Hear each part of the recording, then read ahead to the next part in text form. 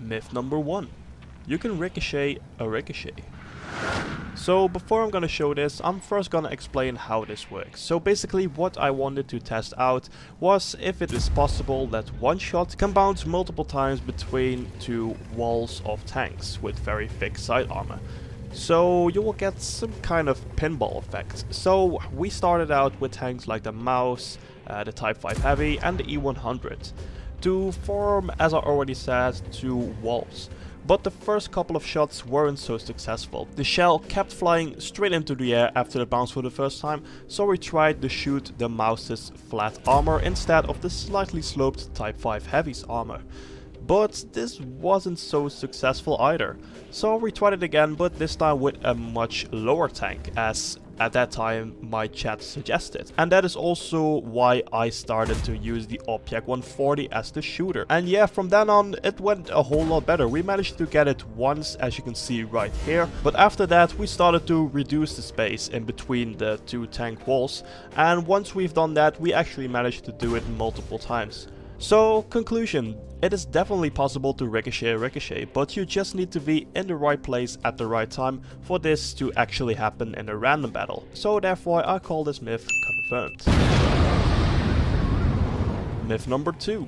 You can fit a UE inside of a turret ring.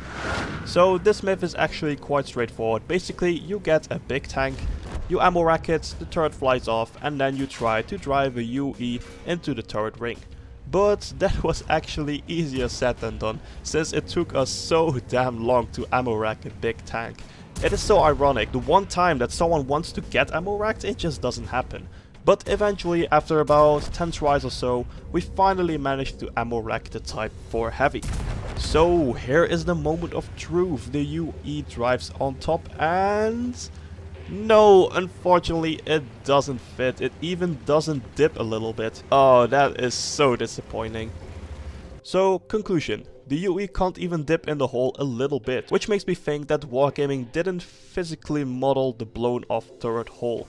So therefore I'll call this myth busted. Myth number 3.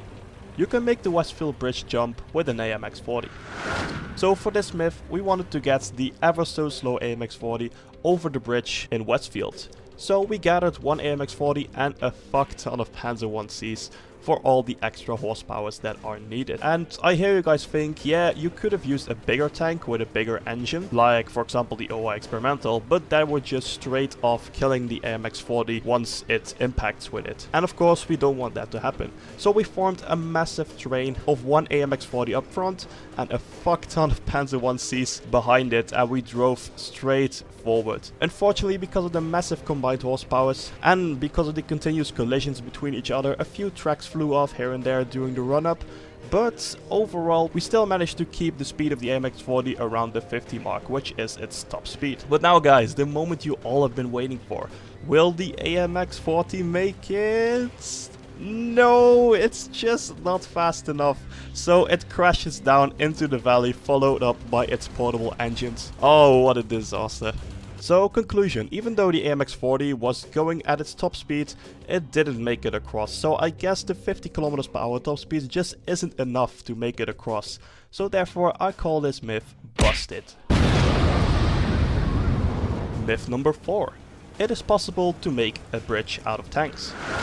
So for this myth we again gathered as many big tanks as possible and we simply just start crashing into the waterways. At first it didn't seem so successful, since everyone who tried to drive over the bridge ended up crashing into the water as well. But after a few more failed attempts, the bridge became so large that we finally managed to get a tank across. So conclusion, as long as the bridge is big enough and stable enough, you can actually make it work. So therefore I call this myth confirmed. Myth number 5. If you ammo rack a turreted TD, the turret will fly off as well, just as any normal tank. So in contradiction to the other myth, this one is actually quite easy. At first we tried it with the T110E4, but it didn't work because the ammo rack didn't blow up.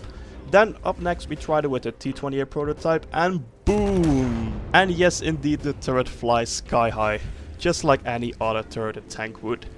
So conclusion, yes, just like any other turreted tank, you can also blow off the turrets of turreted TDs.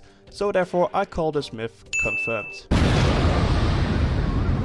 So guys, that was all for this episode. At first, I want to thank all of you guys so much for helping me out with this episode. And if you don't know what I'm talking about, I suggest you click on the video in the outro to find out. So if you want to see Mythbusters appear more often on this channel, please drop a like, I would highly appreciate it. Also, if you know any interesting myth that you would like to see tested out, please leave it in the comment section down below, and who knows, you might see it pop up in the next episode. But for now guys, I'm just gonna say have an awesome day, and I'll catch you guys later.